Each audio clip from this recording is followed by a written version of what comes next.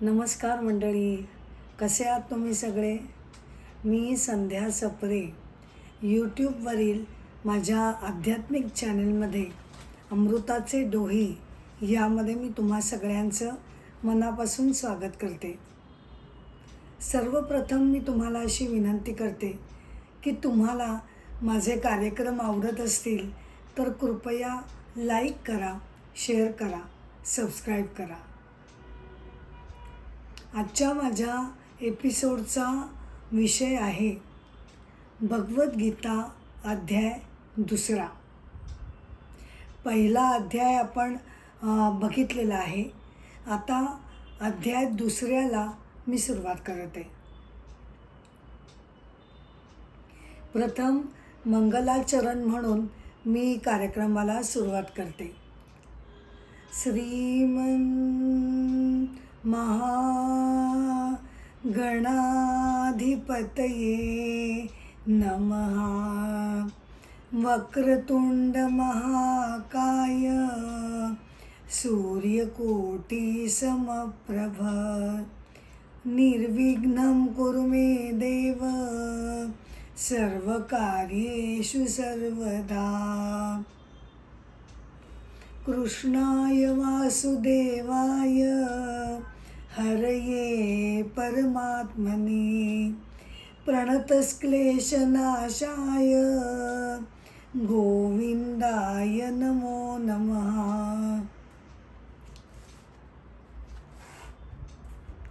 अध्याय 2 भगवद्गीता सांख्ययोग. संजय म्हणाला, श्लोक 1. याप्रमाणे करुणेनं व्यापलेला, अश्रूंनी भरून डोळे भरून आलेल्या आणि विषाद पावलेल्या त्या अर्जुनाला श्रीकृष्ण म्हणजे मधुसूदन असे भाषण करते झाले. श्लोक इथे संपतोय. आधी सांख्ययोग हे जे नाव आहे त्याचा काय अर्थ होतो तर सांख्ययोग म्हणजे ज्ञानयोग किंवा ज्ञानयुक्त बुद्धी. आता बुद्धी ही ज्ञानयुक्त असतेच ना. आपण बुद्धीच्या सहाय्यानंच सगळं ज्ञान ग्रहण करतो. मग आता हे वेगळं ज्ञान काय तर आत्मज्ञान होणं हे अत्यावश्यक आहे. ज्ञानयोग म्हणजे किंवा सांख्य योग म्हणजे आत्मज्ञान होणं हा त्याचा अर्थ होतो. सांख्ययोग हा सांख्य दर्शनापेक्षा वेगळा आहे बरं का.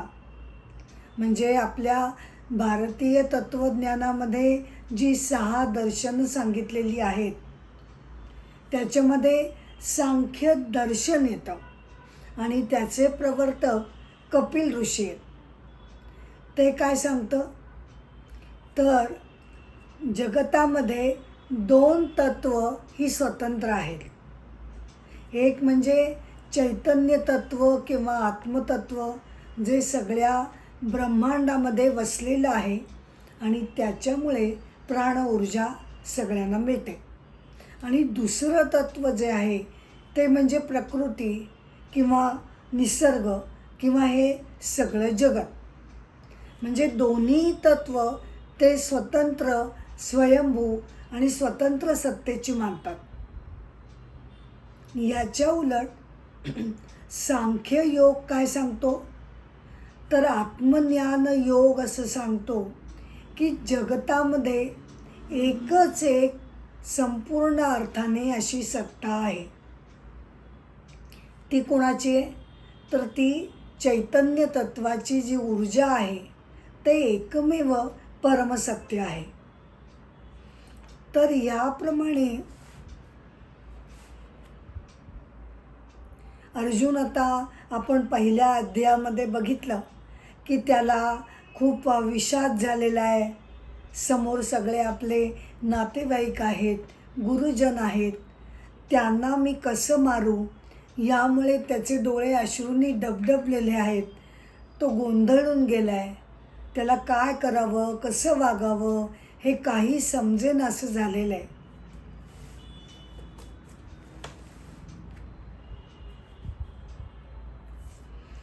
श्लोक 2. श्री भगवान म्हणाले, हे अर्जुना, आर्यांनी म्हणजे सत्पुरुषांनी कधीही न आचरलेलं आणि अधोगतीला नेणारं आणि दुष्कीर्तिकारक असं हे काळंबेरं काय काय शब्द वापरलेत की हे असं अधोगतीला नेणारं हे तुझ्या मनात आलं कुठून? संकट समय, अरे युद्धाचा प्रसंग समोर उभा आहे आणि अचानक तर काय एका दिवसात युद्ध करायचं असं झालेलं नाही आहे. त्याची सगळी पूर्वकल्पना तुला पहिल्यापासून आहे. का करतोय, कशासाठी करतोय, आणि अचानकपणे आता युद्ध करायचं सोडून तू शस्त्र टाकून खाली शांतपणे तू उभा आहेस आणि पूर्णपणे तू खचून गेला आहेस, हे तुला शोभतं का? तर आर्य म्हणजे कोण? आर्य असा शब्द भगवंतांनी वापरला आहे अर्जुनाला. तर आर्य म्हणजे जे आपल्या स्वकर्तव्य धर्माप्रमाणे वागतात ते, बरं का. आर्य म्हणजे जे आपल्या स्वकर्तव्य धर्माप्रमाणे वागतात ते आर्य. आता इथे काय घडलं आहे? अर्जुन हा क्षत्रिय आहे, नाही का. त्यामुळे क्षत्रियाचा धर्म काय आहे की जर समोरचा अन्याय करत असेल, सांगूनसुद्धा जर तो ऐकत नसेल, तर आत्मसन्मानासाठी आणि अन्यायाचा प्रतिकार करण्यासाठी क्षत्रियाचा धर्म असं त्याला सांगतो की आता तू शेवटचा उपाय म्हणून युद्ध करणं भाग आहे. तर आत्ता इथे काय घडलं आहे की अर्जुन स्वतःचा क्षत्रिय धर्म संपूर्णपणे विसरून गेलेला आहे. आपलं आत्ता या प्रसंगी काय कर्तव्य आहे, मी काय करायला पाहिजे, हे सगळं तो भांबावून गेल्यामुळे त्याला ते लक्षात येत नाही आहे.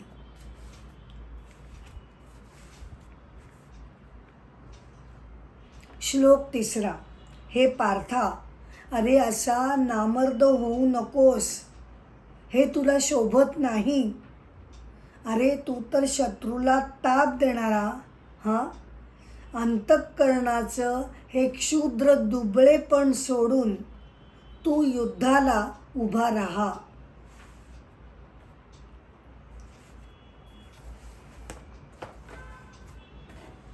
भगवान काय म्हणाले अर्जुनाला की हे जी सगळी तुझी मनस्थिती अगदी खचून गेलेली आहे, त्यातनं आता तू बाहेर पड आणि युद्धाला उभे राहा. कुंतीनं जेव्हा युद्ध करण्याचं निश्चित झालं, बरं का, तेव्हा तिनं भगवान श्रीकृष्णांबरोबर आपल्या पुत्रांना असा निरोप पाठवला होता की तुम्ही आता जे युद्ध समोर आलेलं आहे ते व्यवस्थितपणे तुम्ही ते पार करा. ज्या कारणासाठी क्षत्रिय माता आपल्या पुत्रांना जन्म देते, बरं का, ती वेळ आता तुमच्या समोर आलेली आहे. म्हणजे काय की अन्याय घडला आहे, अन्यायाचा आपण समजावून सांगून त्यांना वळवण्याचा खूप प्रयत्न केला आहे, त्याला यश आलेलं नाही. मग आता नुसता अन्याय सहन करायचा का? तर नाही. आता खणखणीतपणे तुम्ही युद्धाला सामोरं जा, असा कुंती मातेनं श्रीकृष्णांकरवी आपल्या पुत्रांना निरोप दिला होता.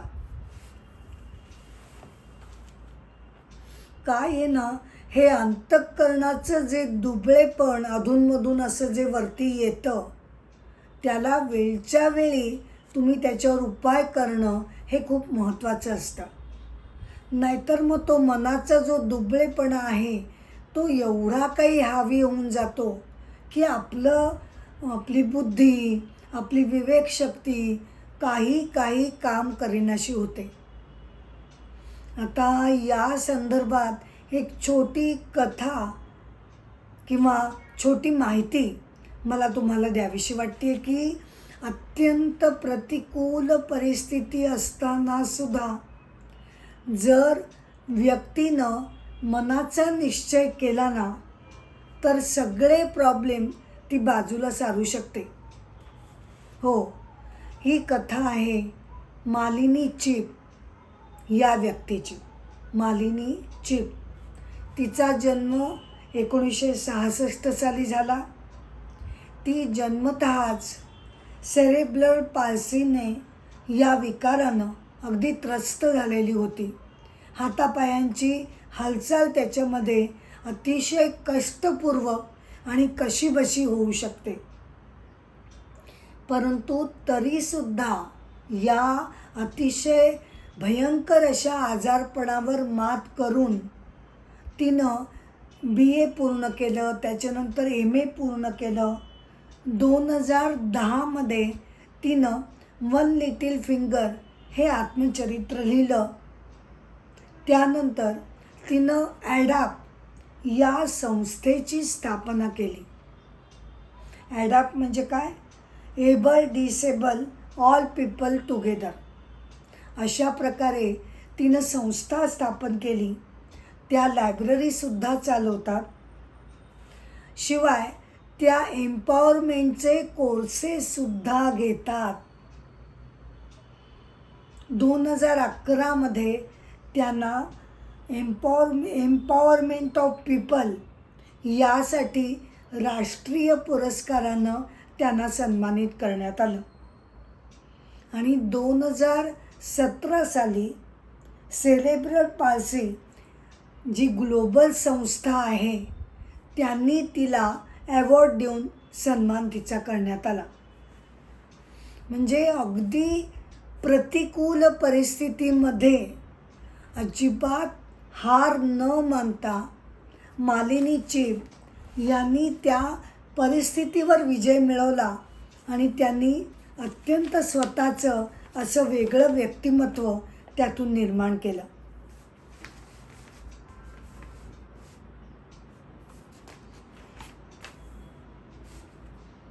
श्लोक 4. अर्जुन म्हणाला, हे मधुसूदना, परमपूज्य असे जे भीष्म आणि द्रोण बरं का, हे शत्रुनाशना, अरे त्यांना मी युद्धामध्ये कसा उलट त्यांच्याशी प्रतिकार करू किंवा त्यांच्याशी लढू. श्लोक 5. महात्मा गुरूंना न मारता बरं का, या गुरूंना न मारता या लोकी भिक्षा मागून पोट भरणं सुद्धा परवडलं, श्रेयस्कर आहे. पण अर्थाला ओशाळलेले असले तरी जे गुरु त्यांना मारून या जगामध्ये त्यांच्या रक्तानं माखलेले भोग मला भोगावे लागणार. 4 आणि 5चा एकत्रित अर्थ आपण इथे बघूया की भीष्माचार्य, द्रोणाचार्य हे सगळे अर्जुनाचे गुरु आहेत आणि गुरूंवर वार कसा काय करू. भीष्माचार्यांनी अत्यंत अगतिकतेनं नाईलाजानं कौरवांची बाजू का घेतली हे सांगताना त्यांनी म्हटलेलं होतं की आम्ही अर्थाचे गुलाम आहोत. म्हणजे काय की कौरवांच्या बाजूने आम्ही पहिल्यापासून आहोत आणि त्यांच्या पैशानं किंवा त्यांच्या वैभवामध्ये आम्ही सहभागी आहोत. त्यामुळे आम्ही त्यांच्याशी द्रोह करू शकत नाही. मग या गुरुजनांना मी जर मारलं तर त्याचं पाप मला नाही का लागणार. द्रोणाचार्यांनी किती मनापासून अर्जुनाला भरभरून सगळी विद्या दिलेली होती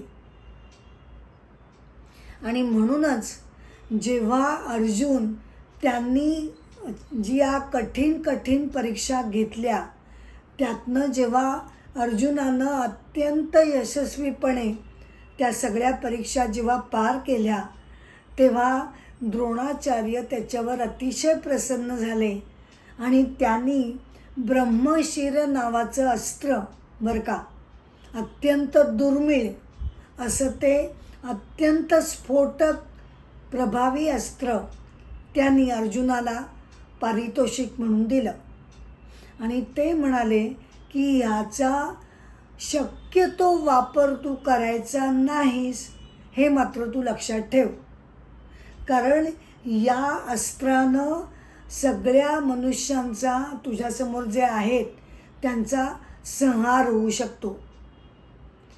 परंतु पुढे मागे जर कोणी अतिमानुष म्हणजे अति क्रूर मनुष्य जर आला आणि त्यानं वेडवाकडं वागायला सुरुवात केली तर केवळ नाईलाजानं ते ब्रह्मशिर अस्त्र तू वापरू शकतोस.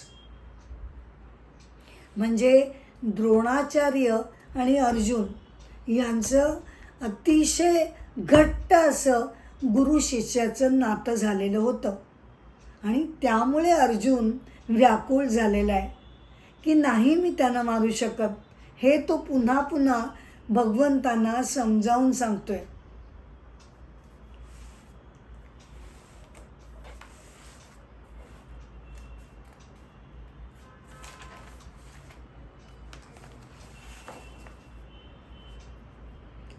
श्लोक 6. आम्ही जय मिळवावा किंवा आम्हाला त्यांनी जिंकावे, बरं का, आम्ही जय मिळवावा किंवा आम्हाला त्यांनी जिंकावे, या दोघांपैकी कोणतं श्रेयस्कर आहे हे मला कळत नाही.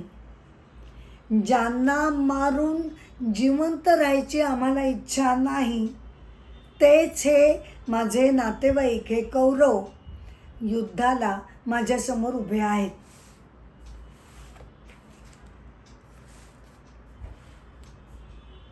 परत तेच अर्जुनाची जी व्याकुळ अवस्था आहे ती काही त्याला युद्धाला प्रवृत्त करायला तयार होत नाही. काय आहे ना की अर्जुनानं हे युद्ध व्यक्तिशः, बरं का, स्वतःच्या अंगावर घेतलेलं आहे. युद्धाचे 2 प्रकार असतात. एक असतो वृत्तिफलक युद्ध, म्हणजे काय की केवळ संपत्तीच्या आशेपायी, नंतर लोभापायी त्याच्यासाठी जेव्हा युद्ध केलं जातं तेव्हा त्याला वृत्तिफलक युद्ध असं म्हटलं जातं. आणि धर्मफलक युद्ध म्हणजे काय, तर जेव्हा आपल्यावर अन्याय होतोय तो नष्ट करण्यासाठी समोरची दुर्जन माणसं आहेत, दुष्ट, त्यांनी आपल्यावर अन्याय करू नये या प्रतिकार करण्यासाठी जेव्हा युद्ध केलं जातं तेव्हा ते धर्मफलक युद्ध असं म्हटलं जातं. पांडवांच्या बाजूनं हे धर्मफलक युद्ध ते करणार होते. ते त्यांचं क्षत्रिय असल्यामुळे कर्तव्य होतं. त्यामुळे आत्ताच्या या गोंधळलेल्या परिस्थितीमध्ये हे सगळंच्या सगळं अर्जुन विसरून गेला होता आणि सगळ्या युद्धाचं पाप तो आपल्या स्वतःवर घेऊ पाहत होता.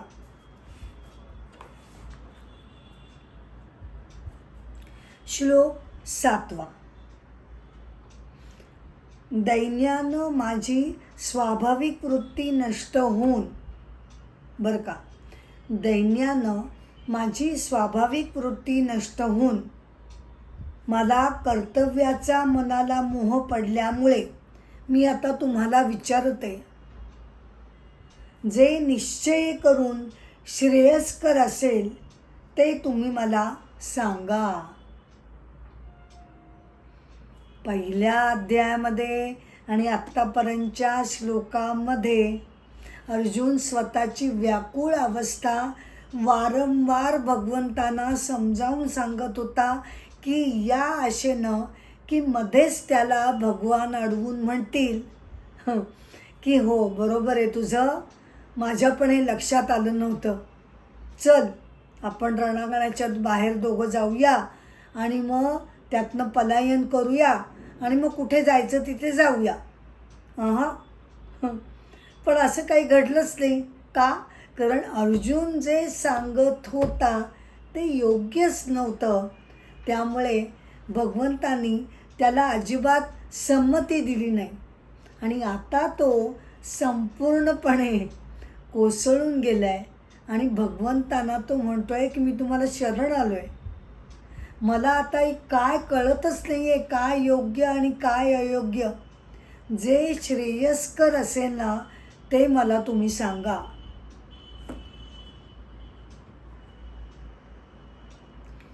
अर्जुनानं इथे श्रेयस गोष्ट मागितली भगवंतांकडे आणि ही खूप महत्त्वाची गोष्ट आहे. कारण श्रेयस म्हणजे काय? तर श्रेयस म्हणजे माझं आत्मकल्याण कशात होईल ही गोष्ट तुम्ही मला सांगा. त्यानं मला काय सुख मिळेल, मला वैभव मिळेल का, मग मी त्याचा उपभोग घेऊ शकेन का, असे प्रश्न विचारले नाहीत. त्याला म्हणतात प्रेयस, भौतिक गोष्टींबद्दलची विचारणा. पण त्यानं ते विचारलं नाही. त्यानं असं विचारलं की मला हा जो शोक आला आहे, मी दुःखाने जो व्याकुळ आहे, तर ती आत्मशांती मिळण्यासाठी मला तुम्ही योग्य मार्गदर्शन करा.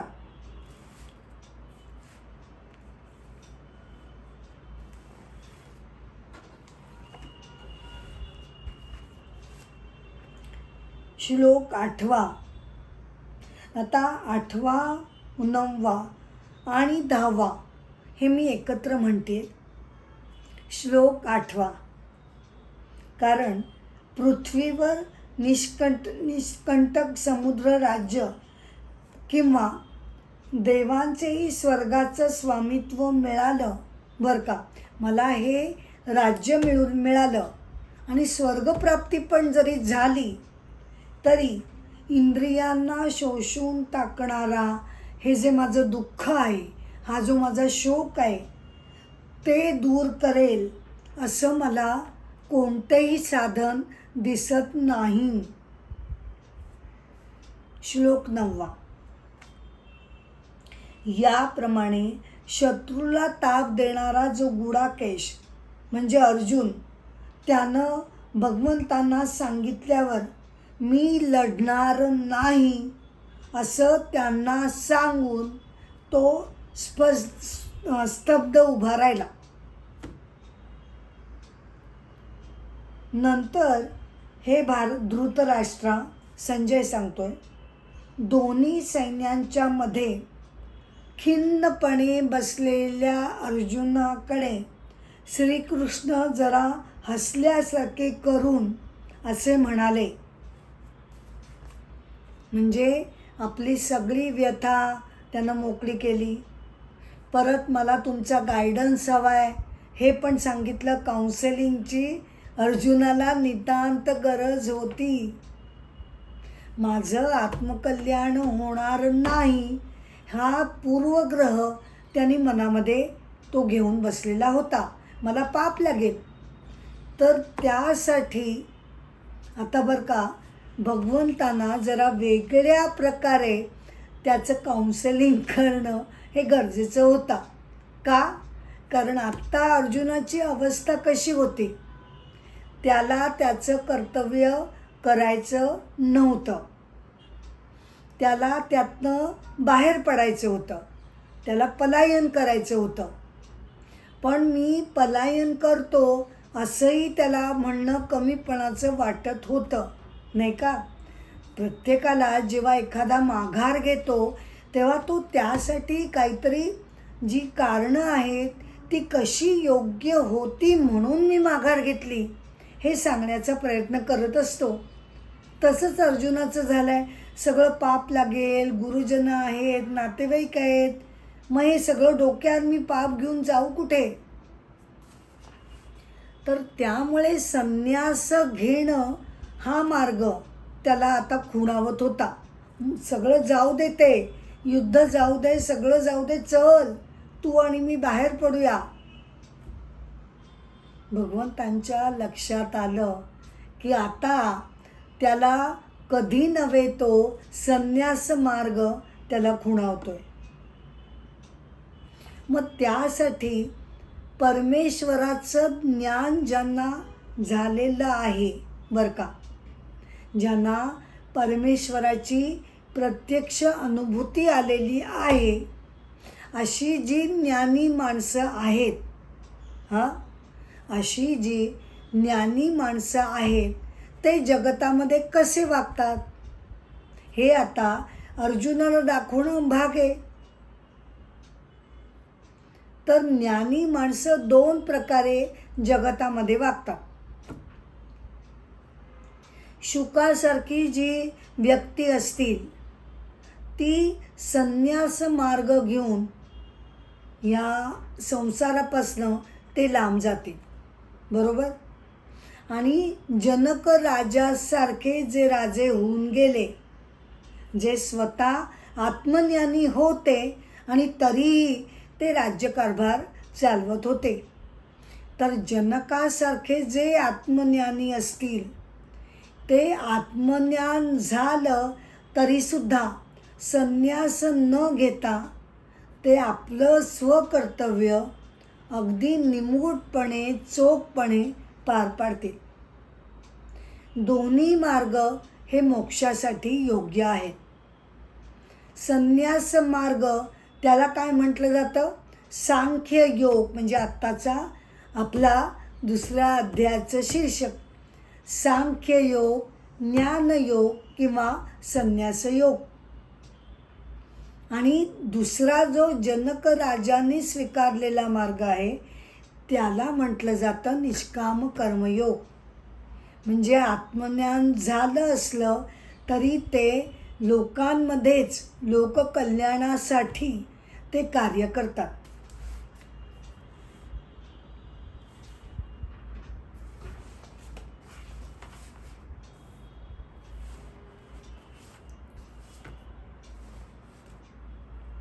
श्लोक 11.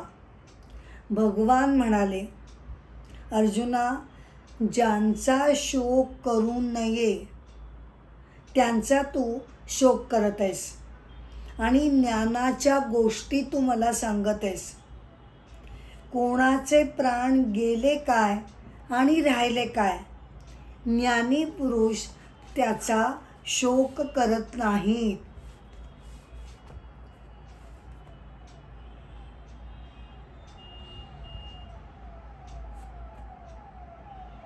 ज्ञानी पुरुष जे ज्यांचं शरीर गेलेलं आहे किंवा जे जाणार आहेत त्यांचा शोक करत नाहीत. म्हणजे काय अर्थ होतो याचा? ऐकायला तर जरा थोडं वेगळं वाटतं आहे. तर त्याचा अर्थ असा आहे की ज्ञानी आणि पंडित जो शब्द वापरला आहे तो पंडित कुणाला म्हटलं जातं? ज्ञानी किंवा पंडित अशी व्यक्ती असते की ज्याला आत्मज्ञानाविषयी सगळी जागरूकता आलेली असते. आपलं खरं स्वरूप हे काय आहे हे त्याला माहीत झालेलं असतं. आपल्याला काय वाटतं? आपण शरीर आणि मन. आणि ज्ञानी आणि पंडित जे आहेत ते असं म्हणतात की माझं खरं स्वरूप हे आत्मा आहे. आणि आत्मा कसा आहे? तर तो अविनाशी आहे. म्हणजे जन्म पण त्याला संभवत नाही आणि त्याला मृत्यूसुद्धा येत नाही, बरं का. माझं खरं स्वरूप आत्मा आहे. म्हणजे मी म्हणजे कोण झाले? मी म्हणजे आत्मा झाले, बरोबर. आणि मला कळून चुकलं की आत्म्याला मरणच येत नाही. मग त्यामुळे मी कशाला शोक करू? मरण कुणाला येतं? शरीराला. पण मी म्हणजे शरीर नाही. हे असं समीकरण झाल्यामुळे पंडित जे आहेत त्यांना हे शरीर असलं काय, म्हणजे राहिलं काय, किंवा त्याला मृत्यू आला काय, त्याचा ते शोक करत नाहीत.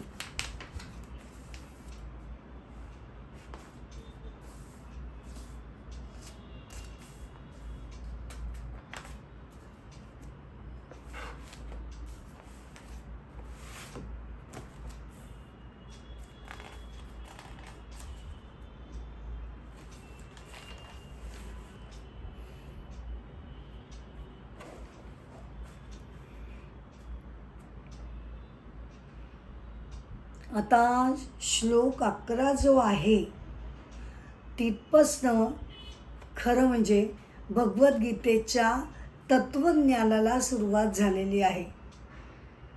आदी शंकराचार्य यांनी जे भगवद्गीतेवर अप्रतिम असं भाष्य लिहिलेलं आहे बरं का, ते भाष्य अध्याय 2 त्याची सुरुवात होते. ते स्वतः आत्मज्ञानी होते, ते स्वतः भगवान स्वरूपचं होते. त्यांनी 2 अध्यायापासून भाष्य त्याच्यावर लिहिलेलं आहे. त्यांची कथा आपण हळूहळू प्रत्येक अध्यायामध्ये थोडी थोडी बघत जाऊया. शंकराचार्यांचा जन्म केरळमध्ये कालटी या खेडेगावी 788 साली झाला. त्यांच्या वडिलांचं नाव शिवगुरू आणि आईचं नाव आर्यांबा असं होतं. त्यांना बरीच उशिरा ही अपत्यप्राप्ती झाली. आद्य शंकराचार्य हे अत्यंत तेजस्वी आणि बुद्धिमान होते. हे अगदी त्यांच्या बाळपणापासूनच त्यांच्या आईवडिलांच्या लक्षात येऊ लागलं. 1.5 वर्षाचा होतोय न होतोय तोच आदी शंकराचार्य अस्खलितपणे संस्कृतमध्ये बोलू लागले. 3 वर्षाचे जेव्हा ते झाले तेव्हा त्यांना वेद, उपनिषद, वेदांग, पुराण यातल्या घटना या तोंडपाठ झालेल्या होत्या. आपल्या मुलाची अलौकिक बुद्धिमत्ता बघून त्यांचे वडील अगदी सुखावून गेले होते. पण दुर्दैवानं ते अवघे 3 वर्षाचे शंकराचार्य असताना त्यांच्या वडिलांचं निधन झालं. पण तरीसुद्धा खचून न जाता आपल्या मुलाकडे बघून आर्यांबानं त्यांना व्यवस्थित शिक्षण देण्याचं ठरवलं. 5व्या वर्षी ते गुरुकुलामध्ये गेले आणि अवघ्या 2 वर्षामध्ये सगळंच्या सगळं शास्त्र ते शिकून पारंगत झाले. वेद, उपनिषद, धर्मशास्त्र, गणित, ज्योतिष, तत्त्वज्ञान सगळ्या विषयांमध्ये त्यांनी असामान्य प्रावीण्य मिळवलं. त्यांचे जे गुरु होते ते म्हणाले, बाबा रे, हे सगळं शिकून घ्यायला मुलांना 15 ते 18 वर्ष तरी लागतातच आणि तू ते अवघं 2 वर्षामध्ये पूर्ण करून झालेलं आहे. आणि त्यामुळे त्यांनी बरं का छोट्या शंकरला 7व्या वर्षाचा अवघा असताना आचार्य ही पदवी अत्यंत सन्मानानं त्यांना दिली. आणि त्यांनी सांगितलं की तू घरी जाऊन तू मुलांना शिकवू शकतोस. आणि 7 वर्षाचे हे छोटे आचार्य सन्मानपूर्वक आपल्या घरी परतले.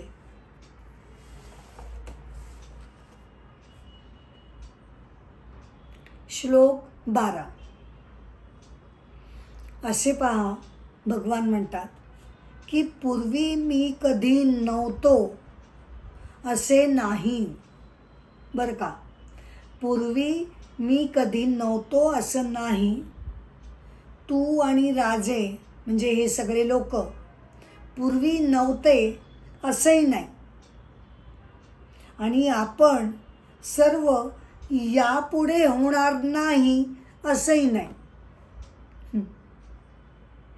काय सांगतात भगवान की पूर्वीसुद्धा तू होतास आणि यानंतरही तू असशील. म्हणजे काय तर आपला जो धर्म आहे तो पुनर्जन्मावर आधारित आहे. बरोबर. का पुनर्जन्मावर आधारित आहे? कारण आपल्या मुख्य कन्सेप्ट काय आहेत की आत्मा हा अमर आहे, अविनाशी आहे आणि शरीर नष्ट होतं. मग पुनर्जन्म शरीराला परत का घ्यावा लागतो? तर त्याला 2 कारणं सांगितली जातात. एक म्हणजे कृतनाश. म्हणजे काय? समजा मी एकच जन्म मानला बरं का, तर या कर्मात ह्या जन्मामध्ये मी जी कर्म करते त्याची काहींची फळं मला मिळतील पण काहींची मला मिळणार नाही. म्हणजे या जन्मात केलेल्या कर्मांचा फळं न मिळताच माझा मृत्यू होतो आणि सगळं नष्ट होतं. हे चालणार नाही. आणि दुसरं अकृताभाग्यम. म्हणजे काय? तर ही जी विसंगती आपल्याला दिसून येते जगतामध्ये त्याची सांगड कशी लावायची? आपण बघतो नाही का की म्हणजे काही आपल्या मते एखाद्याने काही शिक्षण घेतलं नसेल, आपल्या मते तो योग्य नसेल तरीसुद्धा त्याला भरभरून सगळीकडनं मिळत जातं. किंवा एखाद्याला अगदी दुर्धर आजार होतात आणि त्याचा अपमृत्यू घडतो. या सगळ्या ज्या विपरीत घटना घडतात तेव्हा मनामध्ये प्रश्न येतो की असं का झालं? तर त्याचं उत्तर असं आहे की अकृताभाग्यम. म्हणजे काय? की काहीही कर्म केलेली नसताना त्याचं फळ मिळालेलं दिसतं आहे. तर या विसंगती टाळण्यासाठी आत्म्याला नवीन नवीन शरीरं घेऊन पुन्हा पुन्हा जन्म घ्यावा लागतो. मृत्यू होतो म्हणजे काय घडतं? तर आपलं स्थूल शरीर हे नष्ट होऊन जातं. पण केवळ स्थूल शरीर यानं मी बदलेली नाही. बरोबर. आपल्यामध्ये आतमध्ये 2 अजून शरीरं आहेत. कोणती? एक सूक्ष्म शरीर. ते कशाने बनलेलं आहे? ते 18 सूक्ष्म तत्वांनी बनलेलं आहे. 5 सूक्ष्म ज्ञानेंद्रिये, 5 सूक्ष्म कर्मेंद्रिय, नंतर 5 सूक्ष्म पंचतन्मात्र. तन्मात्रे म्हणजे काय? शब्द, स्पर्श, रूप, रस, गंध. ही जी 5 गुणं आहेत, त्यांची सूक्ष्म रूपं. म्हणजे किती झाले आत्तापर्यंत? 15. त्याच्यामध्ये मन, बुद्धी, अहंकार मिळवला सूक्ष्म रूपात की 18 सूक्ष्म तत्वांचं शरीर बनतं. त्याला सूक्ष्म शरीर असं म्हटलं जातं. म्हणजे थोडक्यात आत्ताच्या भाषेत जर सांगायचं तर सूक्ष्म शरीर म्हणजे आपली पर्सनॅलिटी ते दाखवतं. आपले विचार, आपलं भावना, आपलं तत्त्वज्ञान हे सगळं सूक्ष्म शरीर दाखवतं. आणि त्याच्याही आतमध्ये येतं कारण शरीर. हे कशाने बनलेलं आहे? तर प्रकृतीच्या 3 गुणांनी ते बनलेलं आहे. आपण म्हणतो की नाही प्रत्येकाचा एक एक स्वभाव असतो, मूळ प्रकृती असते. ती मूळ प्रकृती म्हणजे स्थूल शरीर हे बाह्य शरीर झालं. आतलं सूक्ष्म शरीर ही तुमची पर्सनॅलिटी झाली. आणि आतमध्ये जे कारण शरीर आहे ते तुमची उपजत प्रवृत्ती ती दाखवली जाते. मृत्यूनंतर सूक्ष्म शरीर कारण शरीराला घेऊन या स्थूल शरीरातनं बाहेर पडतं. त्यामुळे स्थूल शरीराचा मृत्यू झाला तरी ही 2 शरीरं ही कायम असतात बरं का. आणि त्यांच्याबरोबर आपण केलेल्या कर्मांचं, या जन्माच्या पूर्वीच्या जन्मांच्या कर्मांचं फळांचं म्हणजे संचिताचं ओझं सूक्ष्म रूपात त्याच्याबरोबर असतं. त्यामुळेच शरीराला नवीन शरीर प्राप्त होतं. अशा प्रकारे भगवान इथे पुनर्जन्माचा सिद्धांत अर्जुनाला समजावून सांगतात.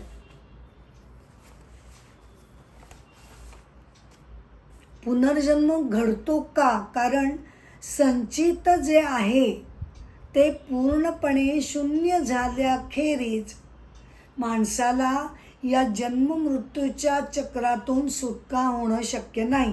कारण काही ना काही कर्मफळं ही नेहमीच शिल्लक राहिलेली असतात, वासना शिल्लक राहिलेल्या असतात.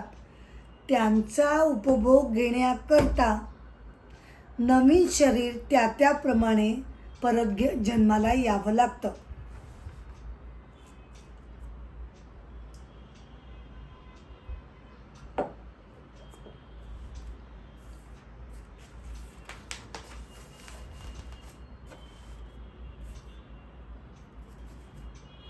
श्लोक 13. देह धारण करणाऱ्यास बरं का देह धारण करणाऱ्यास या देहामध्ये बालपण, तरुणपण, म्हातारपण प्राप्त होतं. त्याचप्रमाणे पुढे दुसरा देहसुद्धा त्याला मिळतो. म्हणून या बाबतीत ज्ञानी पुरुष मोह पावत नाही. म्हणजे काय?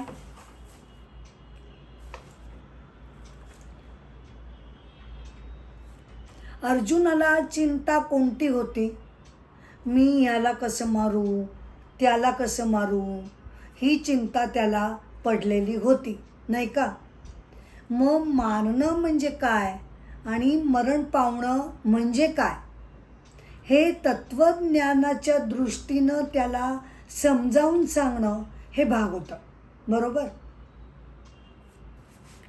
मग तत्वज्ञानाच्या दृष्टीनं जर पाहिलं तर मनुष्याचा जो देह किंवा शरीर आहे ती फक्त देह अशी वस्तू नाही.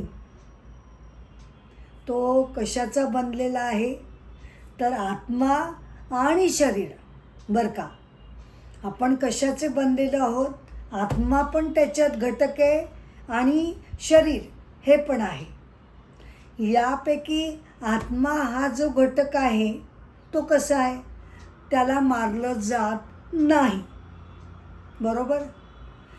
तो अज आणि अविनाशी आहे. त्याला जन्म नाही, त्याला मृत्यू नाही. म्हणजे एक घटक कसा आहे? अविनाशी. आणि शरीर शरीर हे मरण पावतं, त्याला मारलं जातं बरोबर आहे का? कारण ते विनाशी आहे. म्हणजे गंमत बघा, आपला देहामध्ये एकच अविनाशी तत्वसुद्धा आहे एकाच वेळेला आणि त्याच वेळेला विनाशी तत्वसुद्धा एकत्र आहे. अविनाशी तत्व मारलं जाणार नाही, शरीर मारलं जाईल. पण शरीराच्या बाबतीत आपल्याला काय म्हणता येईल तर शरीर हे विनाशीचं आहे. आज नाहीतर 100 वर्षांनी मी मरणारच आहे बरोबर. म्हणजे कधी ना कधीतरी हे शरीर मरण पावणार आहे. आणि जरी ते मरण पावलं बरं का, जरी ते मरण पावलं तरी त्याला आत्ताच मी म्हटल्याप्रमाणे तो जो कर्मफळांचा साठा सूक्ष्म शरीराबरोबर बाहेर पडलाय, ते संचित भोगण्यासाठी आत्ताचा माझा हा देह जरी नष्ट झाला तरी ते संचित भोगण्यासाठी मला नवीन देह परत मिळणं क्रमप्राप्त आहे. म्हणजे हे शरीर जरी नष्ट झालं तरी दुसरं शरीर मला परत मिळणार आहे. त्यामुळे दोन्ही बाजूंनी जर तू बघितलंस तर ज्ञानी पुरुष त्याचं वाईट वाटून घेत नाहीत. ते का? तर आत्मा एकतर अविनाशी पडला म्हणजे त्याला मरण नाही, आणि शरीर बाबा ते मरणारे, पण ते असंही कधी ना कधीतरी मरणारच आहे. आणि मेलं, नष्ट झालं तरी दुसरं शरीर कर्मफळ साठून राहिल्यामुळे दुसरं शरीर पुन्हा प्राप्त होणारच आहे. म्हणून त्याचाही शोक नको.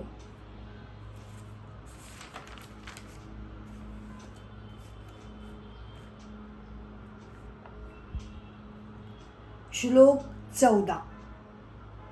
हे कुंतीपुत्रा, शीतोष्ण किंवा सुख दुःख देणारे हे जे मात्रांचे म्हणजे बाह्य सृष्टीतील पदार्थांचे इंद्रियांशी संयोग पावतात त्यांना उद्भव आणि नाश आहेत. म्हणून ते अनित्य आणि विनाशी आहेत. म्हणून तू शोक न करता ते सहन कर. म्हणजे काय, आपण जरा नीट समजावून घेऊया. शीतोष्ण असा जो शब्द वापरलाय त्याचा काय अर्थ होतो? आपण या जगतामध्ये सुख दुःख, यश अपयश असं नाना प्रकारचे भावनांचे आवेग, विकार, द्वंद्व हे सगळेच जण आपण अनुभवत असतो. त्याचं कारण इथे भगवान सांगतायत.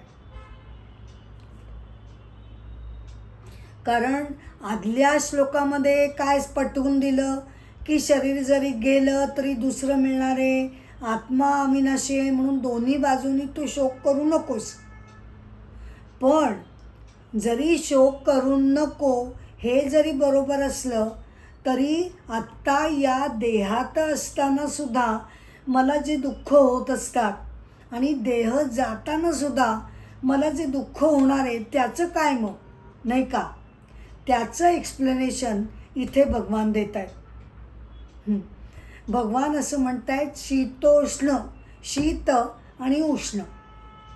शीत कशाला म्हटलं जातं की जेव्हा आपल्याला अनुकूल घटना घडतात बरं का, प्रिय घटना, चांगली घटना, तेव्हा मला काय वाटतं, आनंद होतो. मग मला असं वाटतं की हे कायम मिळत राहावं, मला कधी दुःखच वाट्याला येऊ नये, कायम आयुष्यभर मला सुखच सुख मिळावं. या सगळ्या गोष्टी आहेत त्यांना शीत म्हटलं जातं. आणि उष्ण म्हणजे काय की जेव्हा माझ्यावर काही आघात येतात, दुःखांचे संकटाचे प्रसंग येतात, तेव्हा ते आले की मी अगदी त्रासून जाते. कधी एकदा हे सगळं संपताय असं मला होतं आणि ते परत कधी माझ्याकडे येऊ नयेत असंही मला वाटत राहतं. याला म्हटलं जातं शीतोष्ण, दोन परस्पर विरुद्धी भावना.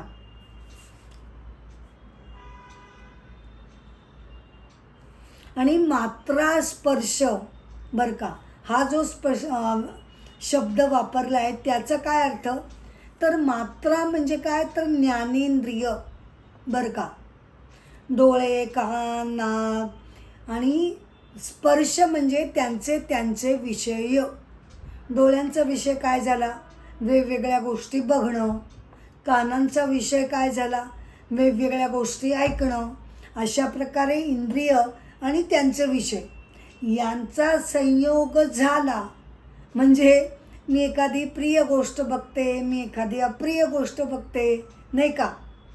एकाच वेळेला कायम जीवनभर मी काय प्रिय गोष्ट बघत नाही. प्रिय येते समोर, अप्रिय दुःखद गोष्टी पण मी बघते. अशा प्रकारे इंद्रिय आणि त्यांचे विषय यांचा संयोग झाला म्हणजे ते अनुभव आपल्याला तसे तसे प्राप्त झाले की ते कसे असतात, तर ते अनित्य आणि विनाशी असतात.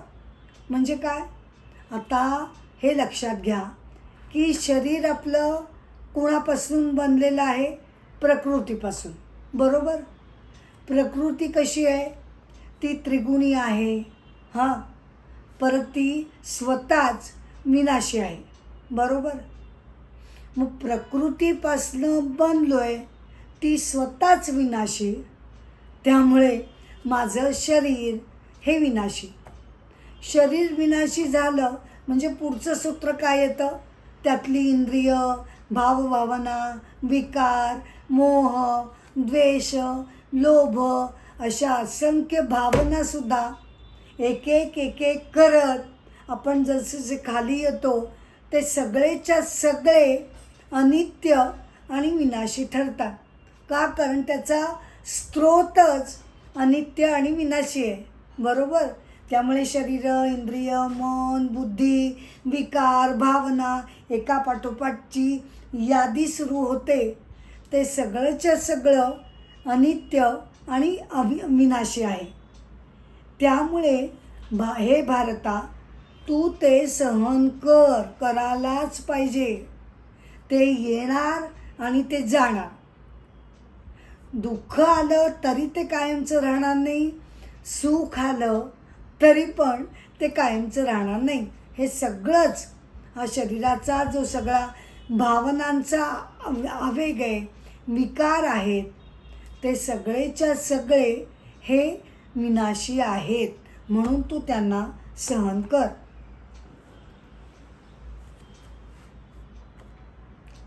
का, श्लोक 15, कारण हे नरश्रेष्ठा, सुख आणि दुःख समान मानणारा असल्यामुळे, सुख एका बाजूला सुख, एका बाजूला दुःख, या दोघांना समान मानणारा असल्यामुळे ज्या ज्ञानी पुरुषाला याची व्यथा लागत नाही. एक एक विकार आपल्या अंगावर येतात, मोह येतो, द्वेष येतो, मत्सर येतो, क्रोध येतो. त्या वेळेला त्याप्रमाणे आपली सगळी हालचाल होत असते. आपण हिंदोळ्यावर बसावं तसेच हेलकावे घेत असतो आणि क्षणाक्षणाला आपले मूड बदलत असतात, खरं की नाही. पण ज्ञानी पुरुषाला हा त्या सगळ्यापासनं तो अलिप्त झालेला आहे. का, तोच फरक. आपण शरीराला आणि मनाला घट्ट पकडून बसलो, हे माझे आहेत, त्यामुळे त्यांचं जे आहे ते माझं आहे. आणि ज्ञानीला काय कळलं आहे जे आपल्याला कळलं नाही आहे, तर मी म्हणजे हे शरीर नाही आणि आत्म्याला हे विकार नाहीतच.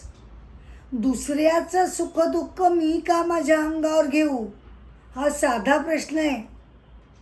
हो, दुसऱ्याचं शरीर माझं नाही, मन माझं नाही, मग ते एक एक विकार उत्पन्न करताय, ते मी माझ्या डोक्यावर का घेऊ, असा ज्ञानीपुरुष विचार करत असल्यामुळे तो अमृत ब्रह्माची स्थिती प्राप्त करून घ्यायला तो समर्थ होतो. म्हणजे याला मी असं उदाहरण देईन की मला समजा सोनं व्हायचं आहे, बरं का, अस्सल 100 नंबरी सोनं, तर मला काय करावं लागेल, मला सोनंचं व्हावं लागेल की नाही. मी चांदी असेन, लोखंड असेन, तर मी काय सोनं होऊ शकत नाही. सोन्यामध्ये मिसळून जाण्यासाठी मला सोनं होऊन त्याच्याशी एकरूप व्हावं लागेल. तसंच ब्रह्मतत्वाचं आहे किंवा आत्मतत्वाचं तसंच आहे. तो कसा आहे, तो अविकारी आहे, बरोबर.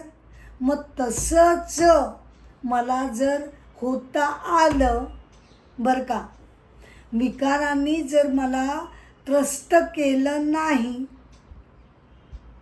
मी सुद्धा अविकारी झालो, अलिप्त झालो, तर मी ब्रह्मतत्वामध्ये मिसळून जाऊ शकतो.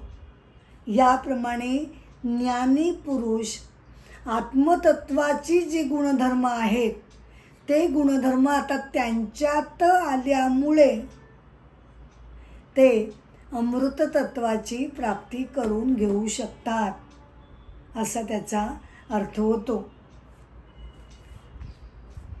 याच्यासाठी मी एक छोटीशी कथा सांगते आणि मग आपण इथे 15वा श्लोक होतोय तो पूर्ण करतोय आणि मग आपण हे आजचा एपिसोड इथे थांबूया.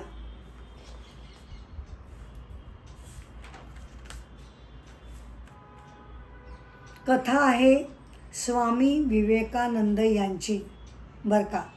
ज्ञानी पुरुषाची लक्षणं आपण आत्ता 15व्या श्लोकामध्ये जी बघतोय, तर त्याच्यासाठी समर्पक असं स्वामी विवेकानंदांचंच चरित्र आठवणं अगदी योग्य आहे, नाही का. स्वामी विवेकानंद नरेंद्र दत्त, जन्म 1863, मृत्यू 1902. ते स्वभावतःच आध्यात्मिक प्रवृत्तीचे होते आणि योग्य गुरु मिळण्यासाठी त्यांनी त्यांच्याकडनं बराच प्रयत्न केला. शेवटी रामकृष्ण परमहंसांना जेव्हा ते भेटले तेव्हा त्यांनी त्यांना विचारलं की प्रत्यक्षात मला परमेश्वर दिसेल का. तेव्हा रामकृष्ण परमहंसांनी जे उत्तर दिलं ते अतिशय सुंदर उत्तर आहे, बरं का. आपण सुद्धा ते हृदयात कोरून ठेवावं असं ते उत्तर आहे. रामकृष्ण परमहंस त्यांना म्हणाले, हो, देव दिसतो, तो आहे आणि तो दिसतो. प्रत्येकाच्या हृदयामध्ये देव आहे आणि तो दिसेल कसा, तर तुमच्या वागण्यानं, तुमच्या संस्कारानं, तुम्ही जगामध्ये समाजामध्ये कसे वागता, कसे वावरता, या तुमच्या वृत्तीनं, तुमच्या वागणुकीनं तो देव, त्याची तुम्हाला प्रचिती येईल. मग झालं. विवेकानंद त्यांचे परमशिष्य, पट्टशिष्य बनले. 1993 ते शिकागोला गेले. सगळ्यांना माहिती आहेच, शिकागोमध्ये धर्मपरिषदेमध्ये त्यांनी सगळ्यांची मनं जिंकली आणि त्यानंतर त्यांनी 3 वर्ष अमेरिका आणि इंग्लंड दोन्हीकडे वेदांताचा प्रसार केला. वेदांत म्हणजे उपनिषद आणि त्यातील तत्त्वज्ञान. मग त्याच्यावर भगवद्गीता वगैरे सगळं आलं. सगळ्याचा प्रसार त्यांनी केला आणि मग ते आपल्या मायदेशी परतले. 1897 साली त्यांनी रामकृष्ण मिशनची स्थापना केली भारतामध्ये. आणि रामकृष्ण मिशनचं एम्ब्लेम त्यांनी काय ठेवलं, मोटो काय ठेवला, तर आत्मनो मोक्षार्थम, बरं का, आत्मनो मोक्षार्थम जगत हितायच. आत्मनो मोक्षार्थम जगत हितायच. ऋग्वेदामधील हा अगदी गाजलेला मंत्र आहे. विवेकानंद तो मंत्र बऱ्याच वेळा वापरत असत. अतिशय सुंदर अर्थ त्यामध्ये भरलेला आहे आणि म्हणूनच स्वामी विवेकानंदांनी एम्ब्लेम म्हणून त्याची निवड केली. काय म्हणतात, काय म्हणतो हा मंत्र, आत्मनो मोक्षार्थम जगत हितायच. म्हणजे मनुष्य जन्माला आल्यानंतर 2 ध्येय डोळ्यासमोर असावीत. चांगलं वागणं, नीतिमत्तेने वागणं, हे सगळं आलंच आहे, पण त्याचबरोबर स्वतःच्या वैयक्तिक आत्मसुखासाठी मोक्षप्राप्ती करून घेणं. आणि इथे थांबले नाही आहेत ते. स्वतःच्या आत्मसुखासाठी मोक्षप्राप्ती बरोबरच दुसरं काय, जगत हितायच, म्हणजे आपल्या समाजाचा, देशाच्या विकासाबद्दल सुद्धा लोककल्याणार्थ झटत राहणं, त्याच्यासाठी झिजणं, या दोन्ही गोष्टींनी आपलं आयुष्य समृद्ध करणं, म्हणजे ती आयुष्याची परिपूर्तता होते. असे हे आत्मज्ञानी स्वामी विवेकानंद.